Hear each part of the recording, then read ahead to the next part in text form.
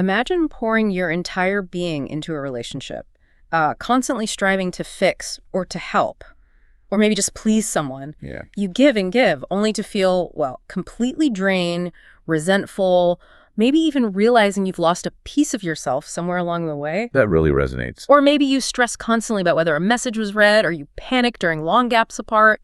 This feeling, this whole pattern, it might be more common than you think, and it actually has a name. Codependency. It's a really profound and, often painful experience for so many people. I mean, while we all seek connection where needs are met, mutually and things feel balanced. Right. You've hit on something critical. Sometimes those scales just tip way too far. And that creates this unhealthy reliance that can leave both people feeling kind of trapped, even if they don't fully grasp why. That really sets the stage perfectly for our mission today, then. In this deep dive, we're going to unpack what codependency truly is. We'll look at how it subtly shows up across all kinds of relationships. It's not just romantic ones, right? Definitely not. And maybe, most importantly, we're going to arm you with some actionable strategies to reclaim your independence while still fostering genuinely healthy, fulfilling connections. But let's be really clear right from the start. This isn't about pointing fingers. It's not about blame. No. It's really about understanding a dynamic. There's a clinical psychologist, Dr. Codependency, who put it very wisely. She said, there are no victims here. There are no persecutors here. There are no saviors here. If we can let go of those concepts, then you're getting at the root cause of what's happened with both parties. That's powerful. It is. So we're here to help you spot the signs, understand what's going on, and navigate a path towards, better balance and well-being. Okay, so let's dive in. Where do we start? What exactly is codependency? How do we define it? Okay, well, at its core, it's basically a severe imbalance of power in a relationship. Imbalance of power. Yeah. Okay. Yeah, where one person dedicates just an excessive amount of their time, their energy, their focus onto another person. Right. And often, the other person, maybe consciously, maybe not, kind of takes advantage of this. They maximize their own needs and desires without really giving back equally. What's really interesting here is that, while people often link it to relationships involving, say, substance use. Yeah, you hear that a lot. You do. But it's definitely not exclusive to romantic partners. This dynamic can pop up with friends, family members, colleagues, even your boss. That's such a crucial distinction. So it's not just that couple down the street then. It could be anywhere there's a significant connection. Exactly. Anywhere. Dr. Derrick points out that fundamentally, all relationships are based on a philosophy that if it works for you, it works for me. Makes sense. Mutual. But, she says, when that's taken to an extreme, it can be that without the relationship, people can't function very well, so the relationship becomes unhealthy. Right. It becomes essential in a bad way. Precisely. And the sort of insidious irony is that, at first, being so supportive, feeling like you're really helping someone, making them happy, it can feel incredibly good. Sure. You feel needed. Valuable. Totally. You genuinely think you're doing something positive. But that's kind of the trap, isn't it? How so? Because in trying so hard to fix the other person, you paradoxically start to unravel your own sense of self. You slowly trade your own identity for what you think they need. Wow. And this often leads down the road to deep resentment, unhappiness, because ultimately you just can't save someone who isn't willing or maybe even able to change. Okay, so if that's codependency, that imbalance, that merging almost, what does a healthy connection look like? What's the alternative? The healthy alternative is what we call interdependence. Interdependency, okay. Think of it visually, maybe like a Venn diagram. Right. In a codependent relationship, those two circles representing each person, they pretty much eclipse each other. They almost become one shape. I can picture that. Total overlap. Exactly. But interdependency, that looks more like your classic Venn diagram. The circles overlap in the middle. That's the shared connection, the intimacy. But each circle maintains its own distinct shape, its own boundaries. Right. So there's shared space, but also individual space. Perfectly put. It means both individuals keep their autonomy, they have clear personal limits, they offer mutual support, enjoy genuine emotional intimacy, and share a real balance of power. So each person still has a strong sense of who they are. Yes. They respect the other's needs and individuality. There's a healthy dependence, sure, but it's balanced by a really robust independence. Okay, let's unpack this for you, our listener. How do you know if you might be leaning into some of these codependent patterns? What are some key signs you might recognize in your own life? Hmm. Let's start with that caretaker or rescuer tendency. Do you ever find yourself feeling this like excessive sense of responsibility for someone else's actions, their emotions? Like you have to save them from themselves. That is absolutely a primary indicator. Yeah. You might find you're consistently stepping in, picking up the pieces for someone who's maybe prone to anger or struggles with addiction or has ongoing money problems. Always putting out fires. Exactly. And in really problematic dynamics, the other person might even, sometimes subtly, sometimes not so subtly, blame you for their issues. Oh, wow. Like what? Like saying, well, it's your fault I drank last night, or you didn't help me enough, that's why I'm in this mess. You end up carrying this overwhelming burden for their feelings and their choices. That sounds exhausting. And this leads us to something else which feels related. This urge to rescue often seems to go hand in hand with this really intense desire to change who the other person fundamentally is. Is that right? It really does. I mean, look, we all have little things we wish our partners might adjust, right? Sure, leave the cap on the toothpaste, maybe. Exactly. But codependency drives you to try and change really fundamental stuff about someone, their character, their core beliefs, maybe even their personality. Like trying to make an introvert into an extrovert, or vice versa. Yeah, or maybe you're a quiet homebody, your partner loves constant social events, and you find yourself always trying to convince them to stay in, or forcing yourself to go out, secretly hoping your effort will somehow transform them into someone they're not. Dr. Derrick has another great analogy for this. She says, you're two people that need each other, like peanut butter and jelly, except it's a sandwich neither one wants to eat. Oof, that hits home. It does, because the harsh truth is you just cannot change people who aren't willing to change themselves. So what does this all mean for you then? The person who might be playing that caretaker role, it seems like eventually doing things just for yourself starts to feel, I don't know, deeply selfish. That's a huge red flag. Yeah. Yes. If you find it hard to get motivated to do things you used to enjoy, unless your partner's there, or if you feel really guilty about taking time for self-care, or you just consistently push your own needs to the back burner, these are really significant signs. And where does that lead? Well, this self-neglect often spirals into anxiety, sometimes even depression. You might find yourself, like you mentioned earlier, obsessively checking your phone. Yeah. Panicking during time apart because you've become so reliant on that other person for your own satisfaction, your sense of purpose even. It sounds like focusing on their problems becomes easier than facing your own stuff. That's often exactly what happens. The way to avoid confronting your own thoughts, your own feelings. And we frequently see people routinely canceling plans with friends, with family, to prioritize their partner. Losing those outside connections. Yes, and Dr. Derrick warns about this. She says, when we become increasingly enmeshed in our relationship, we're no longer connecting with others outside of the relationship. Don't let the codependent relationship become all there is. Wow. So your world shrinks. It really can. Yeah. Your personal space might start to feel less like yours. Yeah. You might even feel sad or anxious just being alone in your own home. Okay, and what about communication? Or maybe the lack of communication about your own needs and wants. That seems like another place this pattern would show up pretty strongly. Oh, absolutely. It's a particularly painful symptom, actually. How so? You might really hesitate to speak up for what you need. Maybe you fear the consequences, the reaction. Or maybe you've been told you're being too demanding. Exactly. Which, by the way, can be a form of gaslighting, that manipulative tactic where someone makes you doubt your own perceptions, your own sanity. Right. That's a whole other topic, but yeah. It is. And a really clear, painful sign of codependency is when your partner's behavior actually escalates or gets worse, specifically when you try to set a healthy boundary. Oh, so they push back hard. They push back hard. Dr. Derrick notes this is likely to be painful for both people, and the other person might escalate the issue in an effort to pull you back in. Wow. So setting boundaries can feel like you're making things worse initially. It often does. And all of this connects really deeply to a core issue of low self-esteem. You start deriving your sense of worth from their approval, feeling like you're not enough without them. You stop trusting yourself, your own judgment.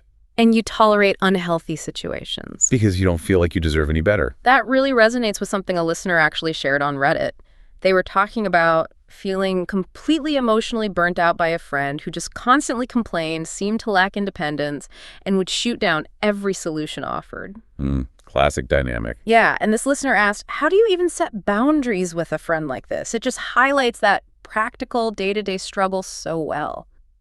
That Reddit user's struggle really does encapsulate the challenge perfectly. But here's the thing, and it's really important. Okay. Recognizing these patterns, that is the crucial first step on the path to healing. Just seeing it is huge. It's huge. Healing is absolutely possible. It takes effort, for sure, from everyone involved. But ultimately, it's about developing a healthy, balanced relationship with yourself first. Right. Okay, so once you've maybe started to identify some of these subtle signs in your own life, the next question, and it can feel pretty daunting, is how do you start to untangle things? How do you make those changes? Where do you even begin? Prioritizing self-awareness and self-care sounds like, well, the undeniable foundation. It absolutely is. It has to be the foundation. Yeah. Self-awareness just means consciously observing your own emotions, your thoughts, your behaviors, but without judging them. Just noticing. Just noticing. Yeah. You can foster this through introspection, maybe journaling, practices like meditation. It's about really getting to know your own inner world. And the self-care piece. Self-care isn't selfish. That's so key. It actually fuels your self-worth. It means proactively protecting your time and your energy. Okay. Learning to say no naturally without feeling all that guilt. Make sure you get enough rest, good nutrition, engaging in hobbies that bring you joy just for you. Like painting or walking. Yeah. Exactly. Cooking, reading, whatever it is. When your self-worth is solid, you instinctively take care of yourself. You go to the doctor, you eat well, you take breaks to avoid overwhelm. So how do you start building that self-worth? A really powerful way to begin that journey is by re-examining your core values. Ask yourself some honest questions. Like what? Like, where have I made sacrifices that don't align with my values? What am I really taking responsibility for here? How am I actually feeling about myself these days? How do I feel about my career, my friendships? Getting really honest with yourself. Yes, that honesty is key. Okay, so that's the internal work. Moving to the practical side, boundaries come up again. Setting and maintaining healthy boundaries. How do you start defining your personal space and needs when you're so used to kind of merging with someone else? Yeah, boundaries are just essential because they clearly define your limits. They allow you to assert your needs. Right. And this involves practice. Practicing saying no. Communicating those boundaries clearly, assertively, but also respecting others' boundaries too. It's a two-way street. So what does that look like in practice? Well, a really tangible step is to find some individual interests. Or maybe reclaim old hobbies you let go of. Oh, interesting. Yeah. Make time intentionally to spend apart from your partner or the person you have this dynamic with, specifically to rediscover yourself. Like joining a class or a club. Exactly. Join a local club, take that art class, start reading a book series just on your own. Find things that are just yours. Okay. And another really helpful tip, just pause. Pause and think before you automatically say yes or no, even to small requests. Why? That intentional pause helps you reconnect with your own actual desires, your own capacity in that moment, rather than just reacting out of habit. I like that, creating a little space. Okay, so what does all this mean for how we actually talk to people, especially when we're trying to set these new, maybe fragile boundaries? It means really working on developing effective communication skills, particularly assertive communication. Assertive, not aggressive. Exactly. Being clear about your needs and feelings without attacking or blaming. One simple technique. Before you respond in a difficult conversation, just try taking a few deep breaths. Okay. It just creates a little space for a thoughtful expression rather than just a knee-jerk reaction. Makes sense. And active listening is also huge. Truly being fully present when someone else is talking, reflecting back what you hear to make sure you understand. Showing empathy. So it's not just about talking, it's about listening too. Absolutely. And it's really crucial to try and understand your own feelings before you even initiate a difficult conversation. Know where you're coming from. Good point. And when conflict does arise, try to frame it as you and your partner versus the problem, rather than you versus your partner. Oh, I like that framing. Can you give an example? Sure. So instead of saying something like, you're just not doing enough around the house, which is accusatory. Right, puts them on defense. Exactly. Try something like, I've been feeling like I'm spending more time on chores than I want to be, and honestly, I could really use some help. Can we look at dividing things differently so I don't end up feeling resentful? Much more collaborative. Focuses on the feeling and a shared solution. Precisely. It changes the whole dynamic of the conversation. This really feels like, underneath it all, it comes down to a much deeper internal shift, doesn't it? Building that self-trust and self-worth we talked about. It sounds like that's the absolute core of the transformation. It absolutely is. You nailed it. A lack of self-worth is so often right at the heart of codependency. Right. And increasing it. That's an internal job. It doesn't come from getting praise or validation from someone else. So how do you do that internal work? How do you build it from the inside? Well, one really powerful way to start is just by acknowledging your inherent strengths. What are you good at? Think about compliments you often receive from other people, maybe things you tend to brush off. Yeah, we often do that. We do. Try to really internalize them. See them as positive affirmations. Sometimes other people can actually see our gifts better than we can see them ourselves. That's a nice thought. And to build self-trust, start paying closer attention to your own thoughts, your feelings, your reactions throughout the day.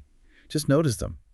And learn to honor your gut instincts. Trusting that inner voice. Yes. Yeah. And this also means actively identifying and changing that negative self-talk. You know, that voice that says, oh, you're being too sensitive or you can't handle this. Yeah, that inner critic. Exactly. Yeah. Challenge it. Change it into positive, self-affirming statements like, I trust myself and my feelings are valid. Or, I am capable of handling this. Okay, but what if these changes feel just too big to tackle alone? Or what if you're dealing with someone who really pushes back hard against your new boundaries, maybe even gets nasty? That's a very real possibility, and it's incredibly challenging. It's absolutely okay, more than okay, to need help. One strategy is to consciously minimize the influence of people who seem to thrive on making you doubt yourself. Toxic influences. How do you do that? Just cut them off? Not necessarily. It can involve emotionally detaching. Remembering that their harsh words or actions are usually a reflection of their own struggles, their issues, not a true reflection of your worth. Detaching. Okay. And professional support is incredibly beneficial here. Individual therapy, maybe family therapy, group therapy. Yeah. Therapists can help you uncover the root causes of these patterns and develop really practical coping mechanisms. They often use techniques like CBT, cognitive behavioral therapy. Reframing thoughts. Exactly. Or DBT, dialectical behavior therapy, which is great for emotional regulation and tolerating distress. Actually, that Reddit user you mentioned, they found a specific skill from DBT called Dear Man, really helpful for having that tough conversation with their friend. Oh, interesting. So there are concrete tools? There are concrete tools. And there are also fantastic support groups out there like Codependence Anonymous, CODA. I've heard of that. Yeah, it's a 12-step program. They have online meetings, in-person meetings, and their only requirement for membership is simply a desire for healthy and loving relationships. That's pretty welcoming. It really is. Seeking out these kinds of tools, these communities, it can make a profound difference when things feel overwhelming. So, wow, we've really journeyed quite a distance here. From recognizing those subtle, often really painful signs of codependency, all the way to understanding the profound shifts involved in reclaiming your sense of self and fostering those balanced, interdependent connections. It's quite a path, but clearly, for many, a really necessary one. It really is. And I think the key lesson here, the main takeaway, is that achieving emotional independence, it isn't about isolating yourself or cutting off all your connections. That's not the goal. Right. It's truly about cultivating deep self-awareness, building self-reliance, finding that inner resilience, so that you can engage in relationships from a place of wholeness, not from a place of neediness or emptiness. Coming to the table already whole. Exactly. And remembering, too, that asking for help, asking for assistance along the way, that is a profound show of strength, never weakness. That's such an important reminder. Okay, so for you, as you reflect on this deep dive we've taken today, maybe think about this. What's one small, intentional step you can take, maybe even starting today, to honor your own needs just a little bit more, to listen more closely to your own instincts, and to lean into that quiet strength of your own independence, knowing that true connection really flourishes not from two halves desperately clinging together, but from two whole individuals choosing to come together. Beautifully put. We really hope this deep dive has offered you some clarity, maybe some actionable insights you can use. Keep exploring, keep diving into your own self-discovery and building those healthier relationships.